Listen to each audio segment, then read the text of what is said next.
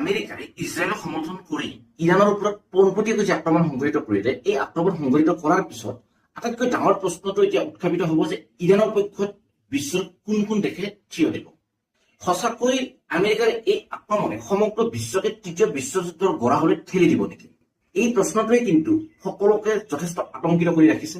যদি ইৰাণে আমেৰিকাৰ এই আক্ৰমণক প্ৰত্যাহ্বান জনাবলৈ চেষ্টা কৰে, এই আক্ৰমণক প্ৰত্যুত্তৰ দিবলৈ চেষ্টা কৰে, তেনেহলে সমগ্ৰ পৃথিৱীতে যে খাৰুৱা তেলৰ যি দাম, সেই দাম আকাশলংঘী হ'ব, সেয়া কিন্তু নিশ্চিত।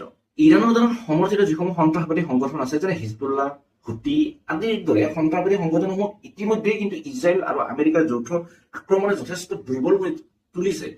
তাৰ পিছতো কিন্তু তেওঁলোকৰ যে অস্তিত্ব, সেই অস্তিত্ব এতিয়াও শেষ হৈ যোৱা নাই। যিহেতু এই সন্ত্ৰাসবাদী সংগঠনসমূহৰ অস্তিত্ব এতিয়া শেষ হৈ যোৱা নাই, গতিকে ইৰাণে কেৱল নিজৰ সৈন্য বাহিনীৰ শক্তিৰ দ্বাৰাই প্ৰত্যুত্তৰ দিয়াৰ উপৰিও কিন্তু এই সন্ত্ৰাসবাদী সংগঠনসমূহৰ জৰিয়তেও আমেৰিকা আৰু ইজৰাইলক যি প্ৰত্যাক্ৰমণ কৰাৰ পৰিকল্পনা, সেই পৰিকল্পনা ৰচনা কৰিব পাৰে। ইৰাণে যদি এনেধৰণৰ পৰিকল্পনা ৰচনা কৰে, তেনেহলে ইয়াৰ যি পৰিণাম, সেই পৰিণাম যে ভয়াৱহ হ'ব, সেয়া নিশ্চিত।